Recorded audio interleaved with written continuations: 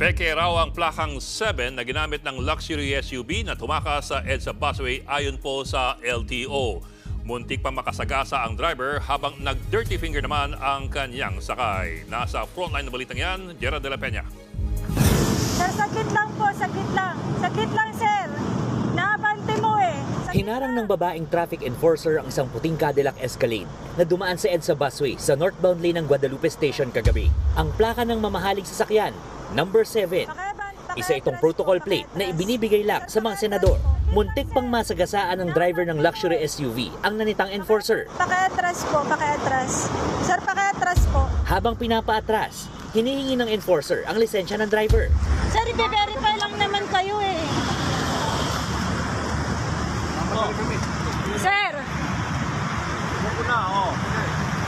Sir, license po, license. Hindi na nakita sa video, pero ayon sa mga enforcer, nag-dirty finger pa ang isang pasahero nito.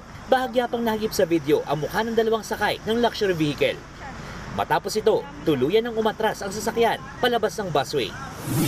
Bukod sa city buses, tanging mga emergency vehicle lang gaya ng mga ambulansya at bumbero ang pwedeng dumaan sa EDSA busway. Pinapayagan din ng convoy ng Pangulo ng Pilipinas, Pangalawang Pangulo, Senate President, House Speaker at Chief Justice.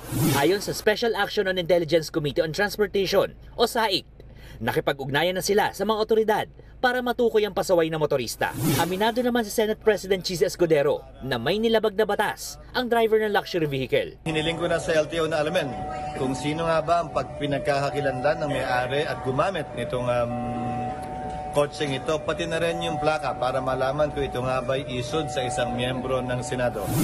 Ayon pa kay Escudero, kinumpirma ng Land Transportation Office o LTO na peke ang plakang 7 na ginamit ng luxury vehicle. Wala raw inisyong ganyang plaka ang LTO sa isang puting Cadillac Escalade. Ayon naman kay Senador Raffy Tulfo, kinumpirma rin sa kanya ng LTO na 24 lang ang may ganitong sasakyan sa Pilipinas. Kaya mabilis matunton ang may-ari nito. Tumutulong na rin ang PNP Highway Patrol Group para mahuli ang naturang motorista. Nagbabalita mula sa Frontline, Gerard de la Peña, News 5. Mga kapatid, Ed Lingaw po, maging maalam at may pakialam sa mga napapanahong balita sa ating bansa. Para sa mas malalimang pagtalakay at paghimay sa mga issue at headlines, tumutok lamang at pag-subscribe sa social media pages ng News 5.